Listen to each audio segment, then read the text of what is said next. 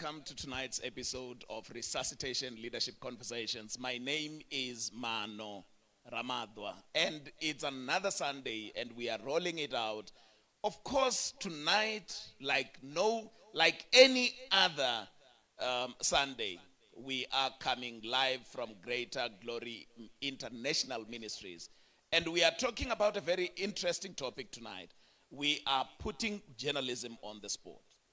A lot of people are dependent on journalists to write stories, to inform communities, and as well as to promote some of our historical kind of situations, including some of the places that we have for tourism and so forth.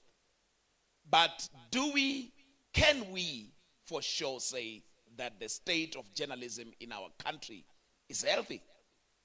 Now, to dig deeper into that, I'm not a specialist, but I have called upon a journalist and an author, Mr. Thabile Mange, to come and share and also to give us a perspective regarding this hot potato called journalism. Good evening, how are you? Good evening, sir. I'm good, and you?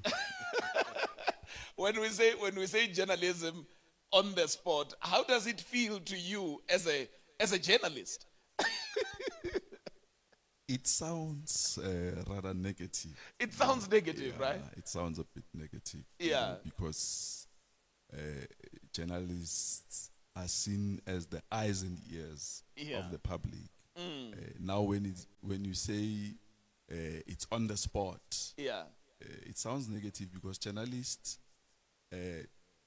are not there to make news. Yeah. They are there to report news. They are there to report what has already happened. Yes. Now, when you say it's on the spot, it's like now they are making news. You know? But we cannot also ignore the fact that some journalists have put journalism into disrepute. Yes. Would that be a fair assessment to say? No, it is. It is. Yeah, there are journalists who have put the discipline into disrepute. Yeah. And it's something that we cannot run away from. And the truth needs to be told. Yeah. And that has had a dent on the discipline. That has a dent on the trust that the public has on the journalist. When I say to my viewer now that Thabile Mange, who is a journalist, they must probably be asking themselves, who is Thabile Mange? Just share a little bit of your profile with the viewer out there. Thabile Mange was born in Kagiso, born and bred in Kagiso. Yeah. Attended primary and high schooling in the same location. Yeah. And then attended various higher learning institutions, including UNISA, UJ, Stellenbosch, and Yeah. Stadio. And I'm still pursuing my studies. Yeah. I'm also a freelance writer and an author. Yeah. I've written 5 books in a space of 5 years. I'm also a Christian, attending at Faith Community Sanctuary in Kagiso. Yeah. I'm married to Kiabetwi and blessed with 3 children. That's the long and short of it. That's the long and short of it. And you mentioned that you're freelancing, but Yes. you have been with publications before. Yes, I've been with Sunday Sun as a columnist for 3 years. Yeah. And I've also been with News Time for 6 months. Yeah. And then I've also freelanced for the Khansa Mogale. It was an external newsletter for the local government municipality, Yeah. Mogale City. And yeah, I've also contributed to various newspapers, including magazines such as Drum. Yeah. Yes. I hear when people speak about journalists, I'm not a journalist. I've contributed a couple of articles to publications, but I can't call myself a journalist. But in the life of a journalist, the journalist that you are, what really happens when you wake up in the morning? and stories are taking place somewhere and all that. And your lining now is more on research. You research on issues, topics that are of your interest, and then you translate them either into those articles that you contribute in other publications, or you put them together into your own books. But what is in the life of a journalist that you are? Yeah, When journalism. you wake up in the morning, what is it that you... Journalism, it's all up. Excuse me. Journalism, it's all about telling the stories. It's all about reporting. So when you wake up, the first thing that you do, you want to find out what is going on in South Africa, what is going on in the local area, what is going on in the world. Yeah. So you would either read newspapers or watch news and try to follow up. And if there is something that is of interest to a particular audience that you serve, then you make a follow-up on that and you write or you report on that story. Yeah. That's basically the life of a journalist. You are all about news, you are all about telling stories, you are all about reporting stories. But I've also realized that there are various aspects of reporting and some kind of competition amongst journalists themselves and as well as publications themselves. Where a story breaks out, there's a firm or a factory that banned. The first publication that reports it reports the direct news a factory has banned. Then the second publication does not want to go with the same line of thought, but they now begin to say, why did the factory ban? That kind of competition, how intense is it, and what kind of confusion that it brings to journalists themselves, or competition amongst the journalists themselves? It is not a competition per se. Yeah. You know, it's part of journalism. They call it packed journalism. Yeah. If a story breaks and it's a big story, every media house wants to report on the same story. Yeah. But obviously the angles would differ. You cannot report what the other publication has also reported. Now you have to find a different angle that the readers or the viewers have not heard about. Which is new. Yeah. Yes. So now, if one publication has already reported on this, the other one will try and dig deeper so that they can find some meat. When they report it in such a way as if it's still new. Yeah. So it's not competition, you know. And the other thing is that the media houses serve different target markets. Yeah. Hence they report it differently. Yeah. If they serving say in the middle class, you know, they need to put it some meat. You know, they don't have to be rough. They have to.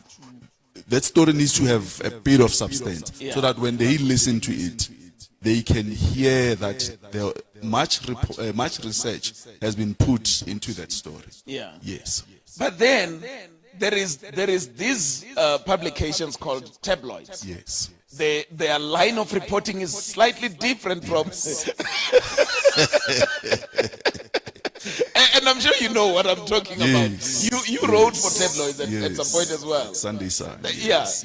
Talk to us about the way they do their reporting. I think there's also a tendency of media owners mimicking or copying what is happening in other parts of the world. Yeah. Media 24 went around and researched and checked that there are tabloids in other parts of the world. Yeah. And now they decided that they want to bring one in South Africa. Reason being that in that part of the world it was selling. Yeah. So they brought it to South Africa. But now the challenge of tabloids, they practicing what we casually call popcorn journalism. Yeah. It's superficial, it's not substantial. They look at sleaze, sex, you know, rumor mongering and all that. There is no substance, there is not much substance that is being put. Yeah. Yes. But now they have an audience. They have an audience, hence now we've had other publications coming as tabloids. Yeah. You know, And that audience is big. it's quite big. Hence, Daily Sun is still the leading newspaper even today. Yeah. You know, yes. But the concern about tabloidism is that it has killed the quality of journalism. That's where I wanted us to go. But I want us to take a bit of a break so that when we come back, we would actually talk about the quality of journalism, because that raises a lot of questions to many people now, and especially at the digital time that we are living in. We are going to take a break, and when we come back, my friend, you don't have to go anywhere, because we are digging slightly deeper into this conversation with Mr. Thabile Mange.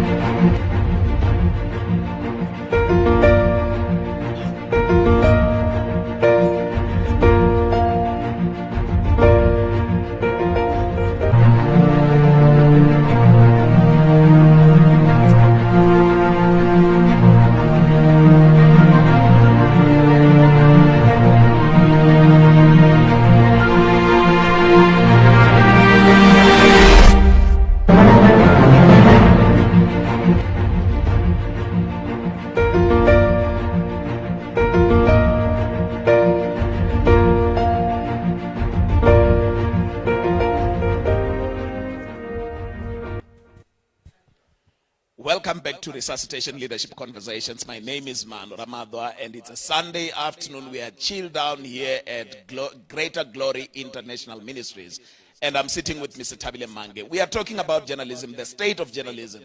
We are also digging deeper into journalism because, obviously, the people and the communities want to be informed. And who is better placed to inform them except journalists? The quality of journalism.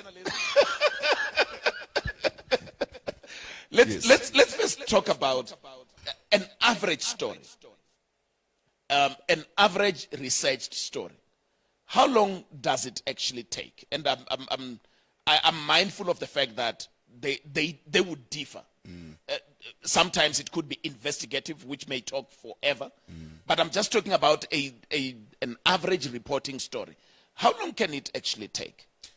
Like you've indicated, they would obviously differ, and it also depends on the research itself. What kind of a research?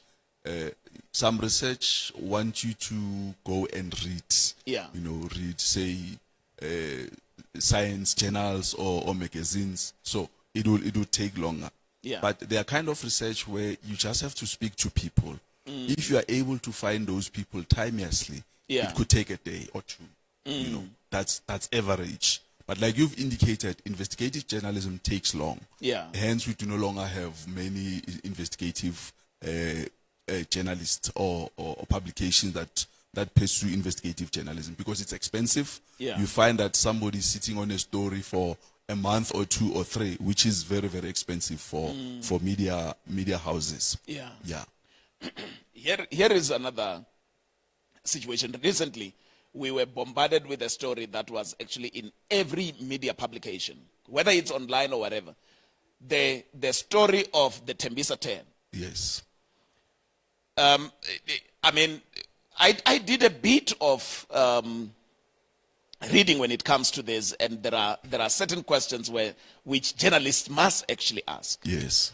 And you have made a reference here to say there is popcorn journalism. Yes. You put it today, you put the story in today, pops up. It must actually give us much more than that. Yes. In stories similar to that, what is the best place? What is the best place for somebody to start when you're confronted with a great story like that? I mean, if you're a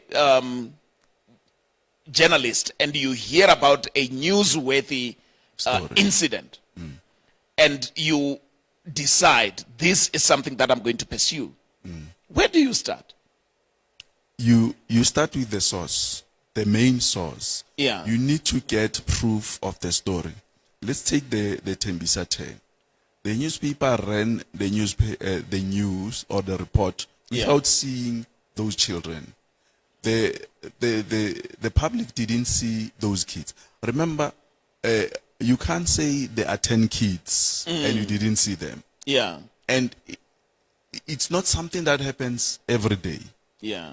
So if such a story happens, or it happens that a woman gives birth to 10 children, it's such a huge story. It's a worldwide story. Exactly. You know. But this was strange. The newspaper gave an impression that they have bought the story. Yeah. The story was exclusive. They have the rights. Yes, it has never happened. You can't have an exclusive right to a story. Yeah. You know, especially such a story. You cannot pay a source or somebody so that he or she cannot talk to other journalists. Yeah. So clearly, the editor erred on the side of caution. He erred on the side of journalistic ethics. Yeah. Because he admitted that he didn't see the babies.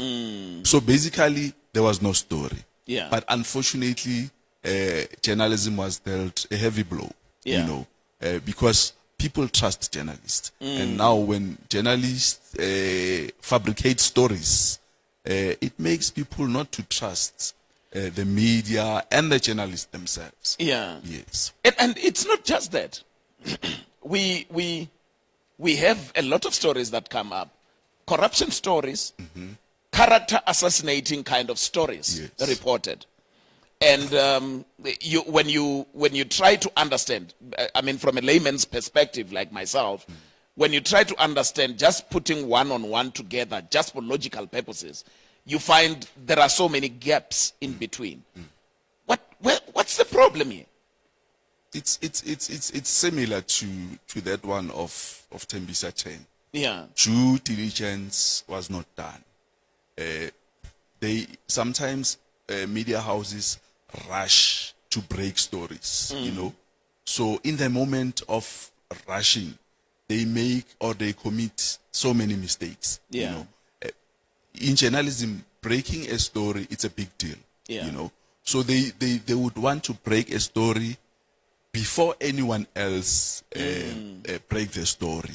But in that process, they commit so many errors, so many mistakes that deals journalism a big blow.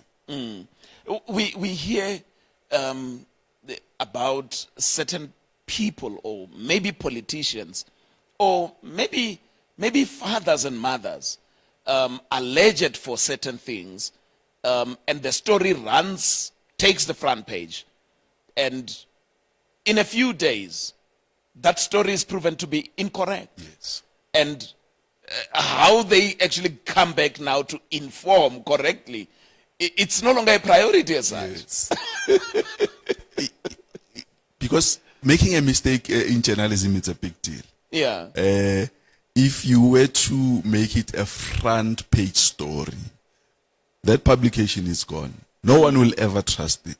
Yeah. Hence now, when they make an apology, it's such a small thing.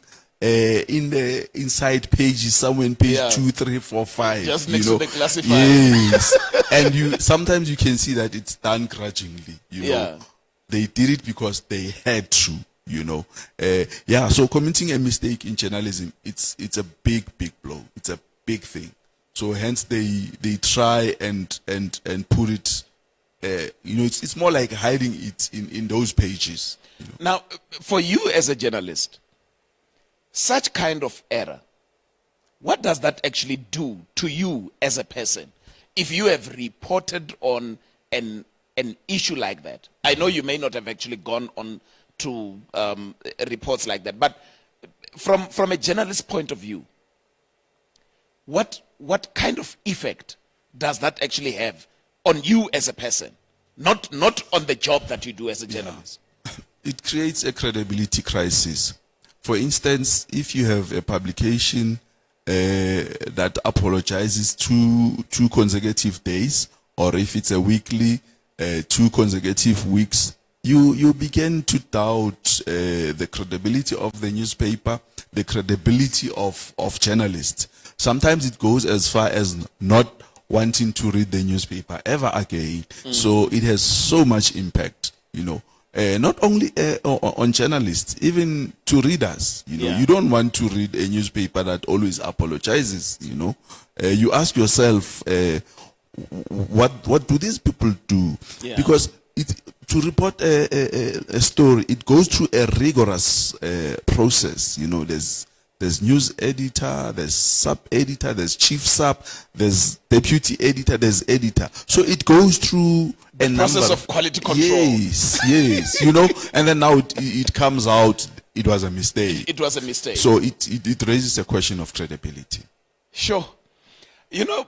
I have seen reports in, not from a, let's talk about a report that is based on, let's say in soccer. Yes. A soccer player does something and maybe is seen at a party and something like that, or a musician, and then somehow that becomes a story for a journalist to run with, or maybe a musician has lost a house or a car, and then due to financial instabilities, as we see now, and you find that story becomes a story, a front page story, whereas there are so many other people who have lost similar stuff and even much bigger than that. What's the situation there? What ignites such kind of things? The truth is that when you are a soccer player or a celebrity, you are not an ordinary person. Yeah. Many people looks up to you. So whatever you do, publicly or privately, has an impact on the society. Yeah. Now, if you lose your house, it becomes a story. It would interest. How does it become a story? That is the part that I want to understand. Because you are not an ordinary person. Yeah. If I'll make an example, if Ramaphosa were to pass now, alone, going this way, it would be a big hoo-ha.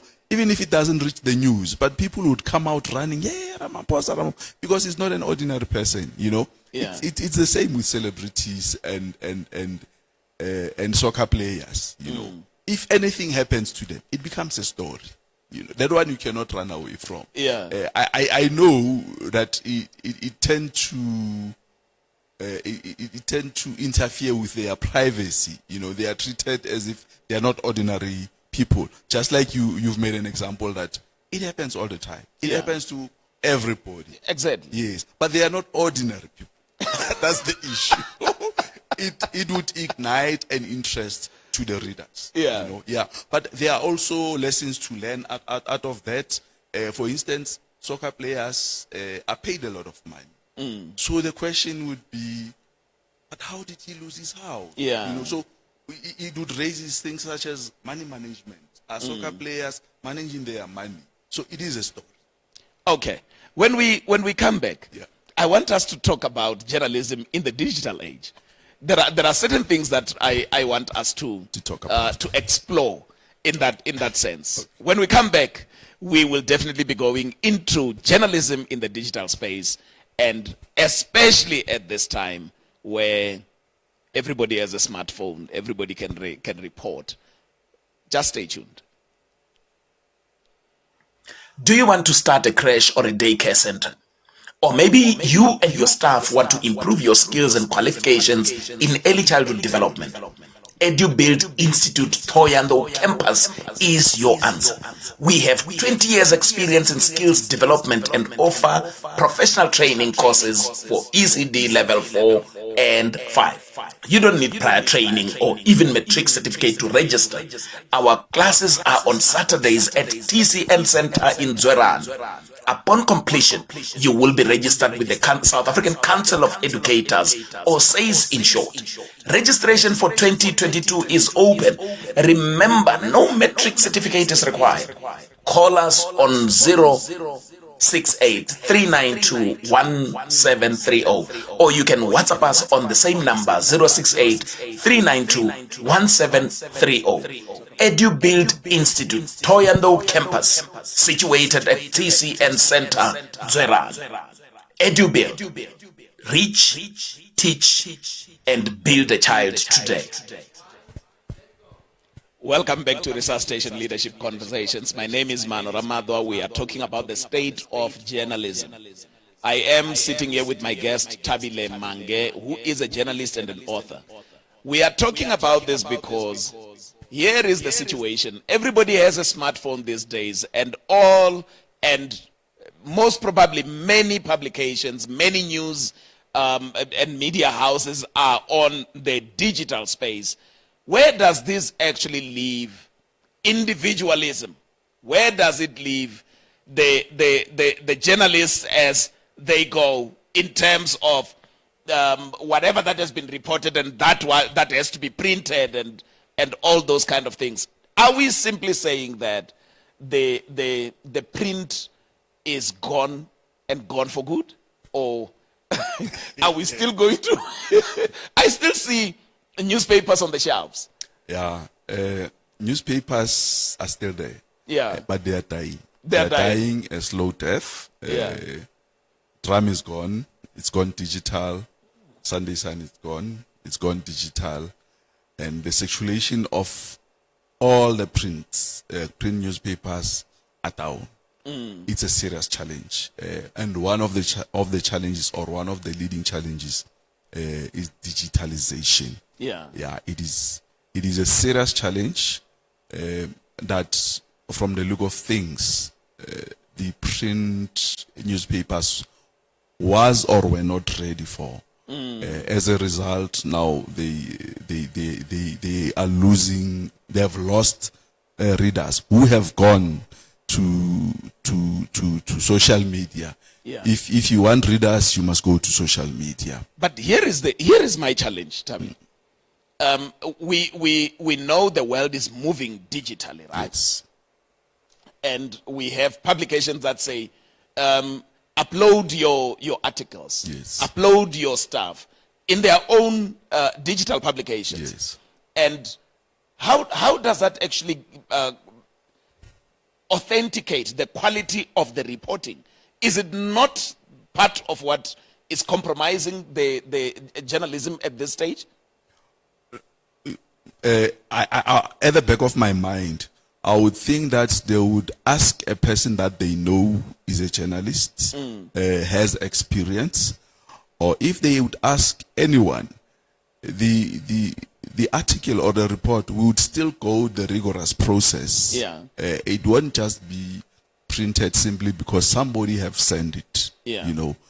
So it would still go the same process, the quality process that you've mentioned. But that has also created the eruption of many reporting agencies, so to say. Yes. Where people have their own channels on YouTube and so forth, and then they report the way they do. Yes. And sometimes it brings to us the quality of the reporting, but it's in the digital space, it's what people are consuming. Yes. What are the dangers of that? There are many dangers. For instance, you have what we call fake news. I can establish a blog where I talk about anything that I want to slander anyone or to attack anyone. So it has serious repercussions. For somebody else out there, he or she doesn't know that fake news is fake news. He or she would think it's real and authentic. So it's a serious challenge and a problem to the journalism profession. And does it also, while I'm just putting a pause on one aspect of what you have actually responded to, does it also not create a challenge of, because this is now something that has been put out there, and because it has not really been researched as much, or maybe the research was too shallow, but then people are consuming such kind of information prematurely, so to say? No, it does. It does. You see, the challenge now is that newspapers or the media has a serious competition. It is competing with social media. It is competing with digitalization, because anyone and everyone can make news, can write news. You know, so it does create a challenge for newspapers, because at the end of the day, people would rather read fake news. You know, rumors travel fast. Yeah. And rumors are sweet. So people, and they are believable. That's why people would actually go to such. Exactly. You know? So it does create a problem for the media. Yeah. Yeah, it does create a serious problem. You touched on fake news. Yes. And I remember in our offline conversation, and I posed this question to you, the difference between disinformation and misinformation. Please take us through that. Yeah. Because there's I see everywhere people would say, no, that's fake news. Yeah. And and it sounds interesting when people say fake news. But how fake is fake news? Fake news is fake. Let me start with misinformation and disinformation. Yeah.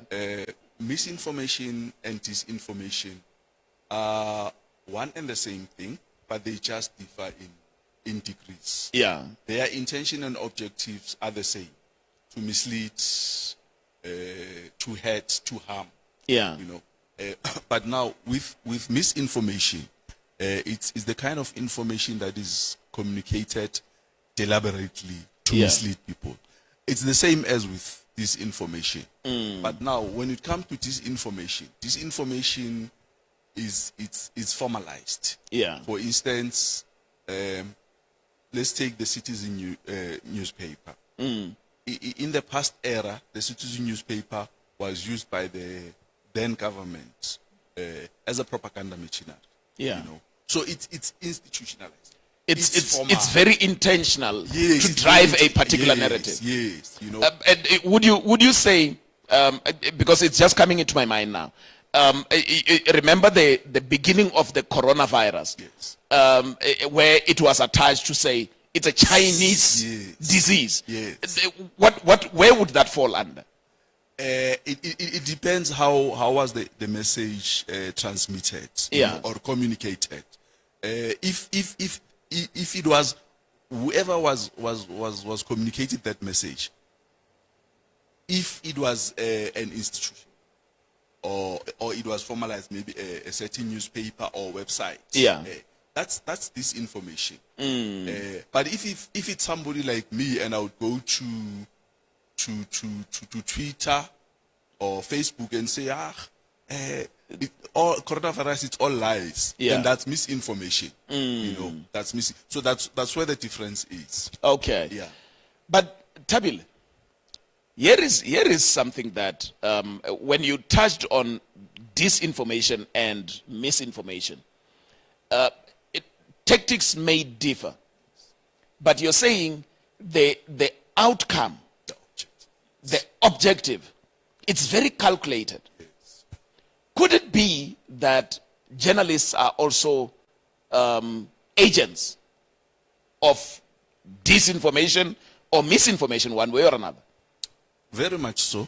You have a situation where some journalists are planted in the media house to push a certain narrative. Yeah. You know, so when they are there, they would focus on pushing that narrative. So you're saying they come, they get appointed here. Yes.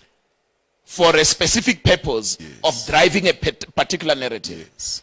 So it could be political parties. Yes. It could be individual organizations or companies. Yes, very much so. Very much so. So they are also part of that. They are used. Sometimes they do it deliberately as individuals without being used by so and so. Maybe they sympathize with the ANC. Maybe they sympathize with the DA. You know, so they would do it. Sure.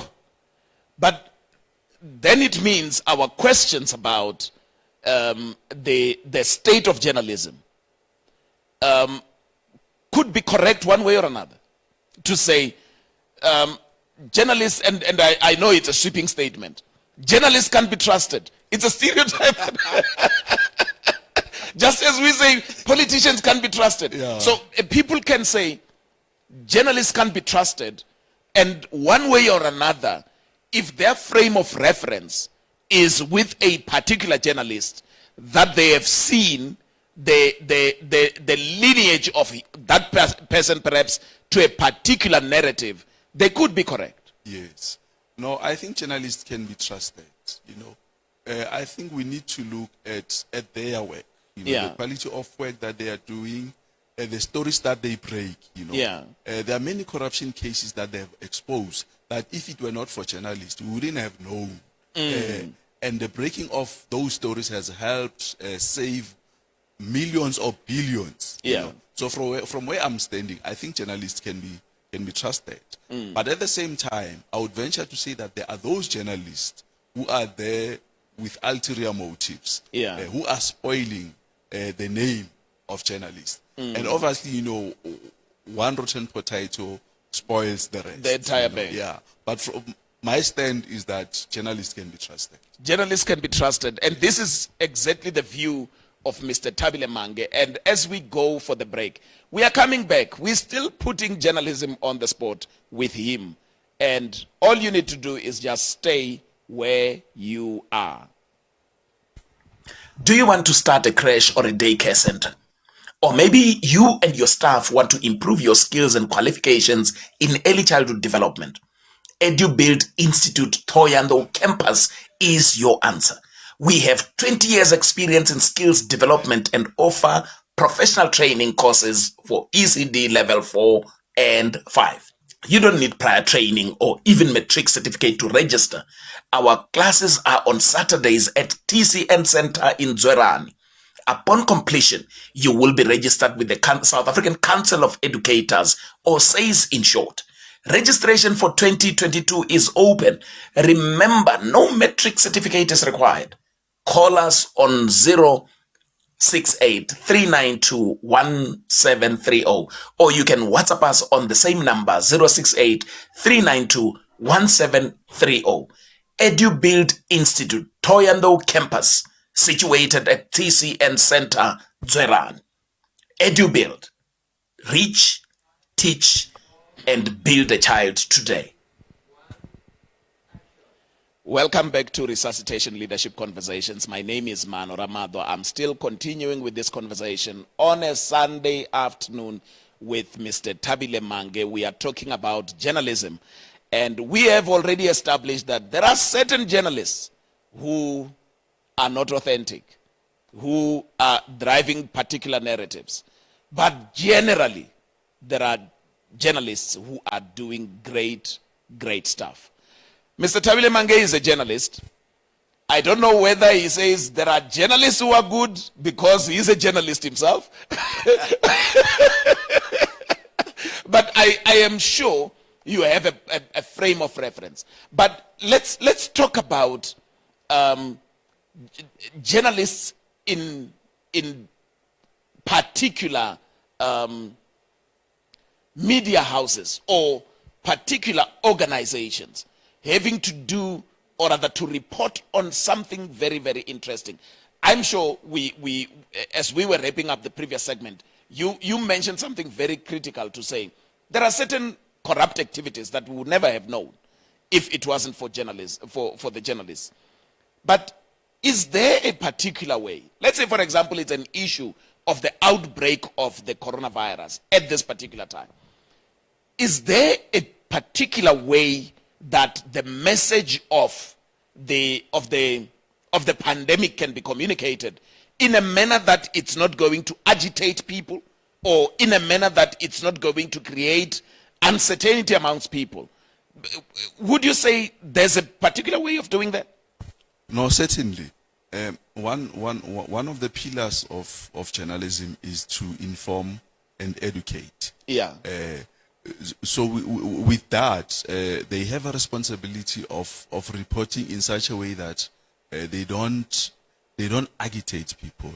They don't make people to fear, but instead they inform them, they empower them. Yeah. So they should write their stories in such a way that at the end of the end of the day, readers understand what is coronavirus all about. So they have a responsibility of researching about the coronavirus, the origins, the effects of Yeah. coronavirus. So they have to be honest about it. Yeah. But at the same time, they shouldn't spread fear, you know, with their kind of reporting. Like you saying, messaging, it's very, very important. So they should use proper words that would help rather than inflict fear on the public. Yes. Look at what happened. We'll deviate a little bit from this one, but we will come back. Think about the time when there were unrests, Yes. and a lot of issues were mentioned. Others were saying it's unrest that are out there to discredit the organization. Others were saying it's unrest that are aimed particularly at the president. So many issues, so many things were said. And do you find that the messaging at that time was not really coordinated, also depending on whichever angle the message was coming from, but that the messaging at that time was not really coordinated to a point where it sort of instilled fear and drove a particular narrative? That is why I remember in some provinces they were saying, no, this is a Zulu issue. And then all of a sudden it sort of created a situation where people were now viewing the Zulu people as the originators of the unrests. Those kind of things. How important is crafting that kind of message, especially coming from damage control sources? If you followed that unrest properly, Yeah. the media has done a good job. They were on the ground. They were there. They reported as things were happening. Yeah. But the people who were not doing their job, the politicians, Yeah. you know, some said it's an insurrection. You know, some said no, it's an unrest. So with that, we were going to the dis and misinformation.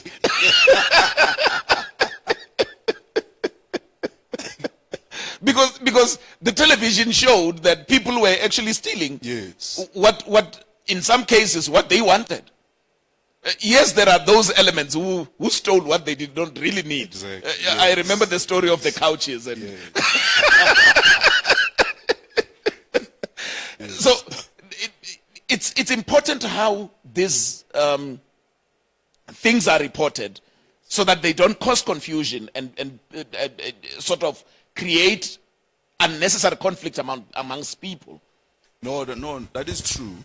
But like I indicated, from where I'm standing, the media has done its part. Yeah. I think they've reported as things unfolded. You know, the only problem was from the political side, where they didn't want to take responsibility. If you can remember, there was a time. There was a time the minister of police was absent. We didn't see him. Yeah. There was a time we didn't see the president. They kept mum, I think, for about 2 or 3 days. Yeah. You know, so we can't be saying that the media has been irresponsible in terms of reporting. Yeah. And they relied on the government so that they can disperse information, and they didn't get it. It was only after a week or so that government started organizing themselves and communicating every day. Yeah. But that was after the fact, you know. So from where I'm standing, on that particular case, the media has done its part. Let's go back to the coronavirus. Yes. We having a situation now, the vaccination, no vaccination. Yes. The messaging, do you think the messaging is correct or it's done fairly appropriately? I think so. But remember, when it comes to the vaccination, you know, there are always concerns, there are always fears, and there's also misinformation. And add to that, there are people who are also spreading these things. Like, for instance, in the Western Cape, people who are against vaccine are not ordinary people. There are also doctors who are there. There are also professors. Now imagine if you are an ordinary person and a medical doctor and a professor in the medical field says vaccines are not good, you are likely to side with them, because if professionals or experts in that field are saying the vaccine is not okay or is not good for your body, you would obviously go with them. But are they wrong? No, I'm not saying they are wrong or right. I'm not debating that. But all I'm saying is that they are instilling fear, because they are not giving reasons why are they saying it's not good, Ever since the country has started vaccinating, you can see the cases are going down, slowly, surely. So there is proof that vaccines are working. But that trend has been the same trend in all countries that vaccinated. But then that trend also started pushing up as well. And it can't be with our country now. Well, I haven't noticed that after vaccination it goes up. What I've noticed is that it has gone down. So maybe we'll have to give it some time and see what happens when we go to the fourth wave, if we will ever go to the fourth wave. There's a point of Israel in question now, where the majority of people who vaccinated are in the hospitals and all that. Mm-hmm. But that is not the point. The point that I'm driving here is both ways. You would find that there is intentional and deliberate misinformation, so to say. Yes. And I was very interested in the Western Cape story that you were actually talking about, where doctors and scientists are standing up and saying vaccines are not good enough. Not good, yes. But would that be instilling fear, if it is correct? Yes, most definitely. It is instilling fear, because now if I'm a medical doctor and I'm telling people that vaccines are not good, they are likely to believe me, But if I'm not providing proof to them that vaccines are not good, what is my intention of telling them? At least if I provide proof to say, no, in such and such a place, so many people have vaccinated, and this is what has happened to them, then I would understand where the expert is coming from. But if he just comes and say, no, they are not good, and that's all, I think the aim is to instill fear so that people they don't go in and vaccinate. Okay, fair enough. There is an issue of journalists being bought. Yes. Let's talk about that. In politics, it's so much prevalent where people would say, and in fact politicians themselves would say, some journalists are in the payroll of certain organizations. Yes, that is true. Is there any inch of truth in that? No, there is. They call that brown envelope journalism. Yeah. What happens is, if there is a big story, and as a journalist you are pursuing that story. Yeah. Once the person who is affected finds out who the journalist is, and you find out maybe the person has deep pockets, to kill the story, they buy the silence of the journalists. Whew. Yeah, it is real. So the community and the citizens are left hanging. That's true. That's true. Unfortunately, the truth become a victim now. Yeah. Because now we do no longer know the truth about the story. I'm just taking back this whole thing to issues of corruption that we have actually heard of, and sometimes and we need to also be fair in this discussion, because there are certain journalists who were also persecuted for telling the truth and reporting the truth. Yes. And some of them have been arrested. Yes, that is true. Not in South Africa, but in other parts of the world. Yeah. Journalists don't have a freedom to report. Not long ago, I saw a clip of a certain minister talking to a certain journalist. And the journalist was asking relevant question. The minister told the journalist that if he knows what is good for him, he must rephrase that question. Yeah. And he must not ask the minister nonsense. you know. Publicly so. So it shows that in other countries there is no freedom of media. Yeah. There is no freedom of media. But what happens when a journalist is bought to silence the progression of a particular story, which is of national or provincial interest, Yes. and you find that the story is killed at that level? What is the role of the media houses? Because I believe that if a journalist is out investigating a particular story, there are briefings that happen on a regular interval. Yes. What happens when all of a sudden I was just about to break a story, and then I come back and say, no, that story, the lead is leading me to a cul-de-sac. What is the role of the publication? You know what sometimes happens? I would get a lead, but don't tell the publication, the news editor. Yeah. Yes. Then I would pursue it. Maybe the aim is to tell him once I got enough evidence or information, you know.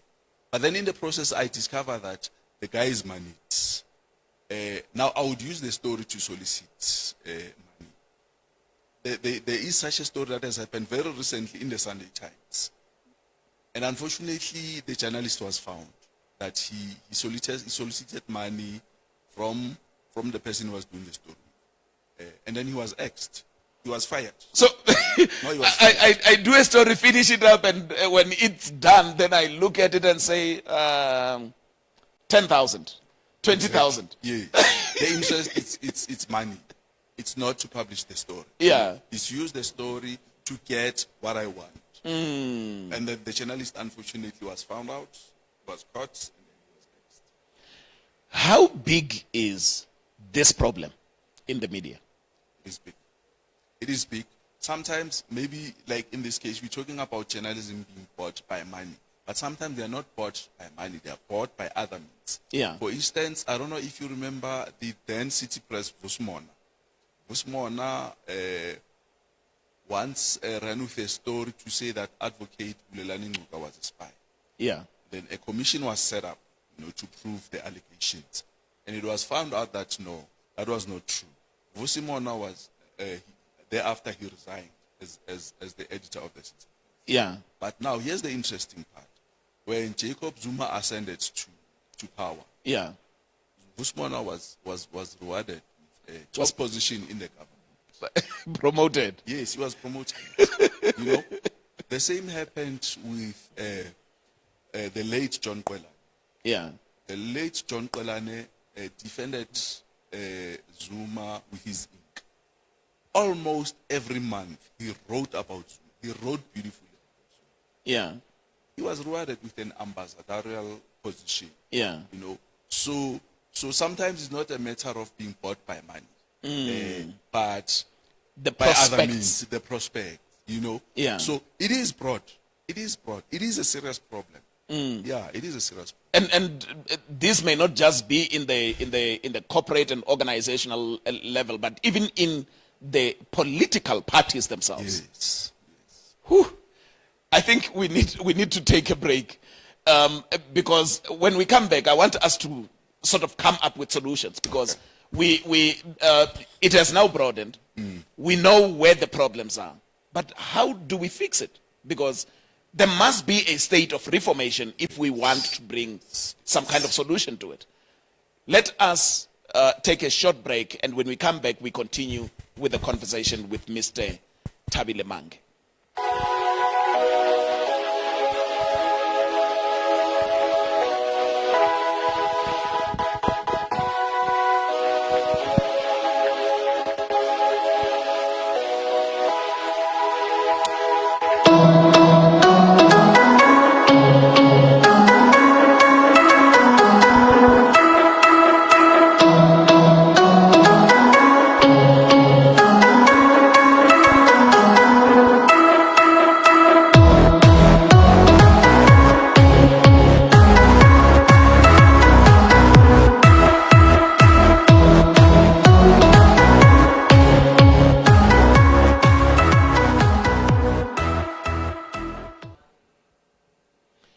Welcome back to Resuscitation Leadership Conversations. I'm still sitting with Mr. Thabile Mange.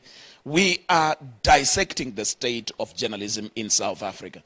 And of course, there are so many things that we have spoken about: brown envelopes, prospects of a better future in reporting, and so many other things that journalism has faced, including persecution.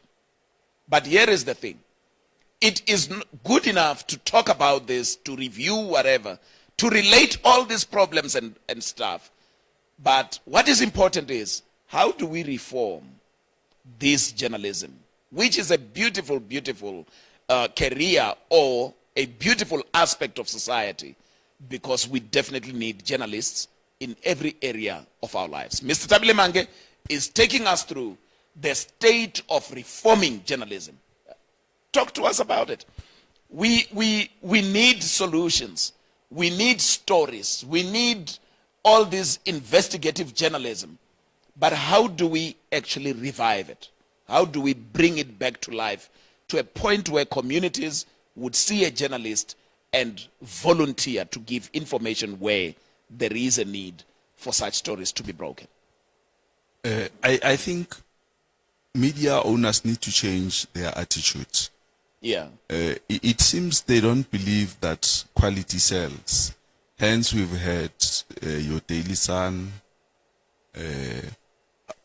let me rather say the advent of tabloids. Yeah. In the TV, we have Channel 159, which produces programs such as Oyajola 99. Yeah. You know, where they chase people to say Ochola Nobani. Yeah. You know, I don't see how is that helping the society.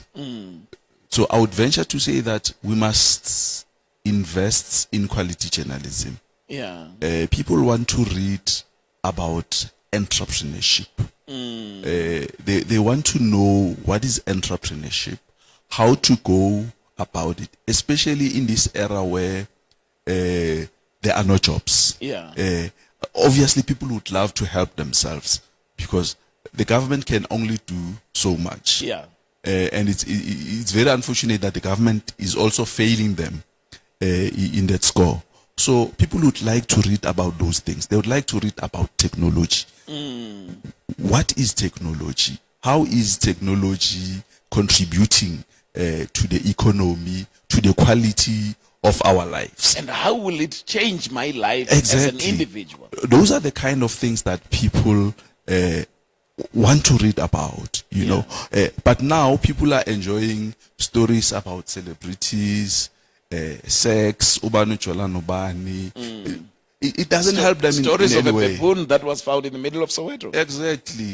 Or my 4-5 is big. I was sleeping with a sangoma, or you know. Yeah. So I think media houses need to invest in quality journalism. Yeah. Even if we have those tabloids, you know, but we need something that is of quality, something that would contribute to the betterment of the lives of people. Then the other thing is that the current curriculum of journalists is not preparing them for the future. It is old, so they need to develop it. They need to update it so that journalists can be able to accept the new order, so that they can be able to operate in this new order. And it is also important that media houses train journalists to be social media savvy. Yeah.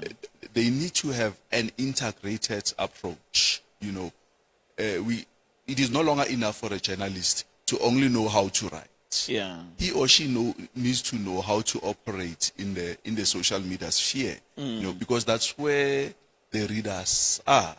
That's where many people have gone to, you know. So it is very, very much important that And the social media could actually be one source of information, like the biggest search engine that we can ever have, but to crack the ground for journalists to go deeper into those stories. Exactly. Because the stories are broken every day on social media. It's true. I mean, media houses are competing with social media. Yeah. Twitter breaks media faster than traditional media. Yeah. You know, you would find the news in Twitter than in any other. So they need to find ways of mitigating that. They need to package their news in such a way that it gets the interest of social media consumers. Yeah. Whilst they consume social media, but they also read the news. So I think with those three, they might not be enough, but with those three, it might help reform the journalism. What about coming down to communities and teaching some of these young people who are sitting in the, because it's another way, instead of someone sitting and waiting for the 350, you can teach these young people to write stories, and you find yourself creating a particular column in the publication where these stories can actually be sent and be authenticated so that it becomes quality within the publications in that way. It's true. In the past, media houses used to have that kind of an initiative. But I think with budget constraints, it has hampered that progress. But not everything is all about money. Yeah. I think they can still do it without money. They can just organize young, up-and-coming journalists. Yeah. Just to empower them. It will go a great deal. Yeah. Even if it's not media houses, journalists themselves, they can organize themselves to go and empower. Yeah. In the past, they used to do that. Like, for instance, at Faith Community Sanctuary, we once started a newsletter. Yeah. The late Mawande Chubase came all the way from Durban to come and workshop us. Yeah. So we need to go back to that. We need to go back to that. Now, talking about journalism and all that the journalists do, the face of poverty is black. This is a research story, right? Yeah. And this is the book that Thabile has written. It's a new book, the latest book. Yeah. I know you have so many interests in, and we'll talk about that slightly later. Yeah. But the latest one, we should actually talk about it. Yes. The face of poverty is black. Talk to us about it. What kind of research did you put in here? Who is this black person that? It is me and you. Over the years, I've realized that we talk about poverty as something that is out there. Yeah. Even government talks about poverty, but they talk about it as if it's something that is out there. Yeah. It's a general thing. You can just see it and pass it. Yes. But they don't give it a face for political reasons. So I felt that there is a need to give poverty a face. Yeah. The truth of the matter is that blacks are poor.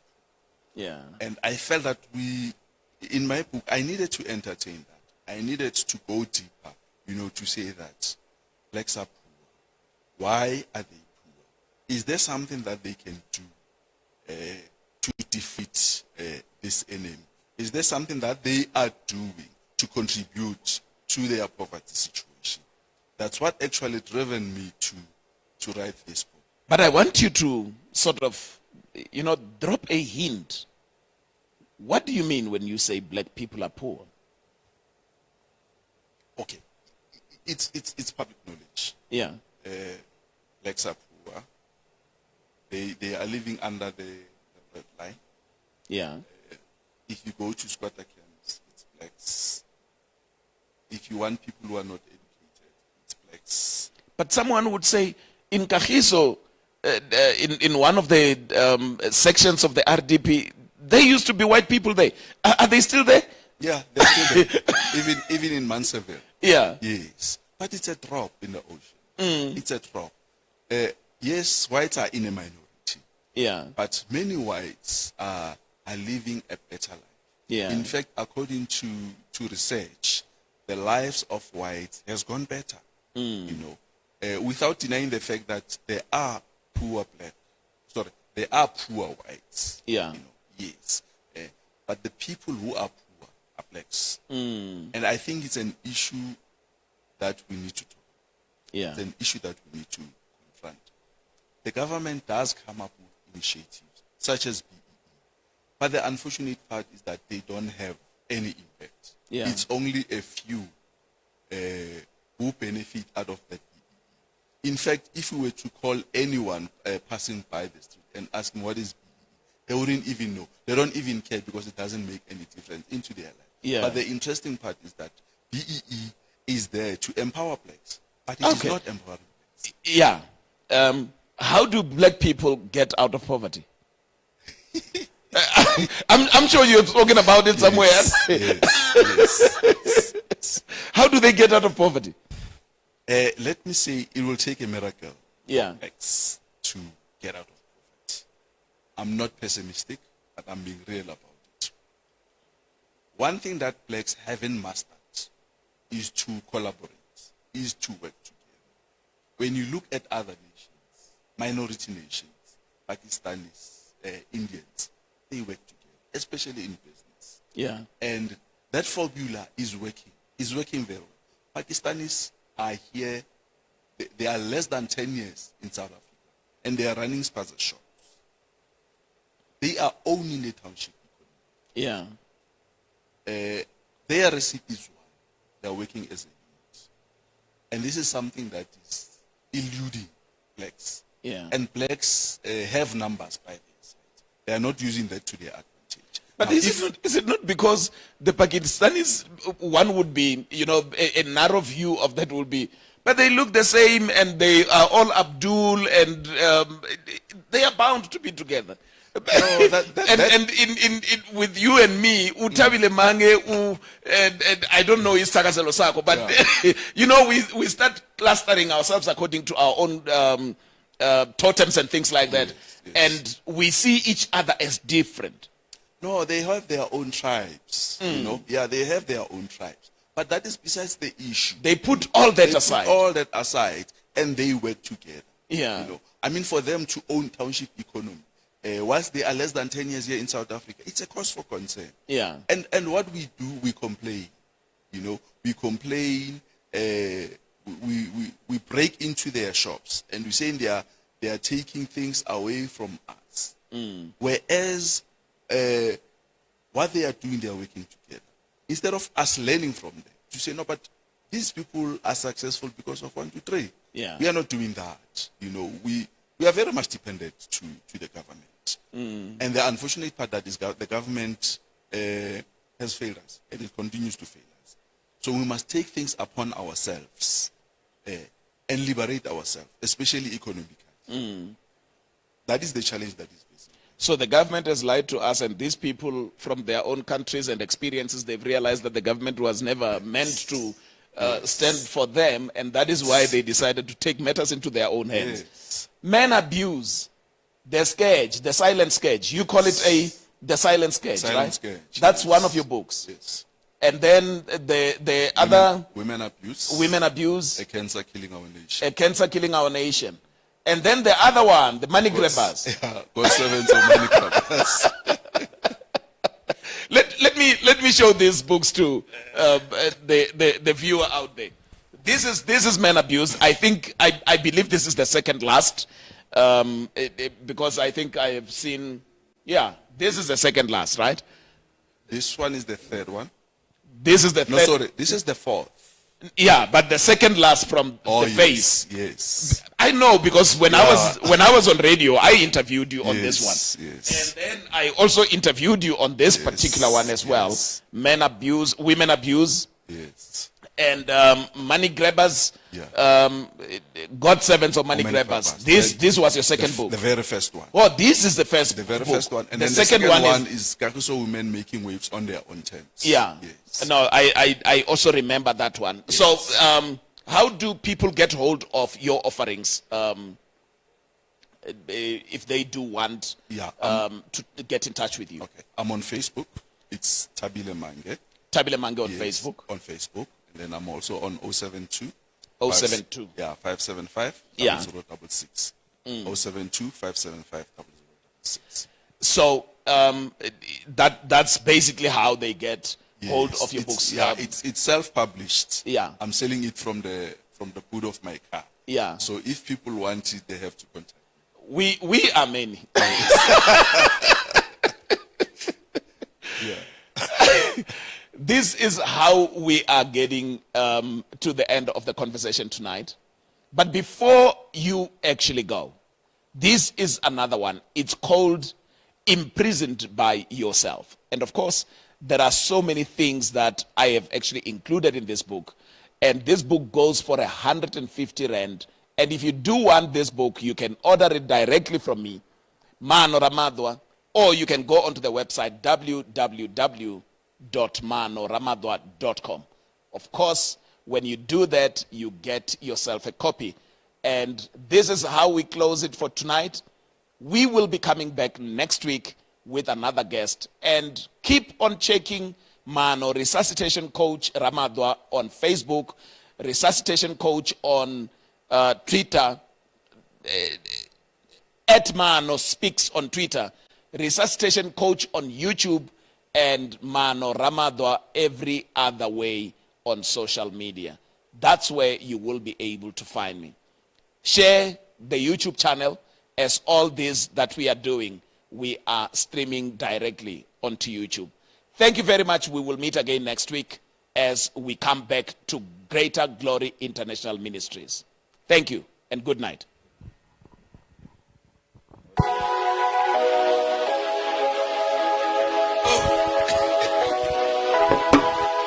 Thank you so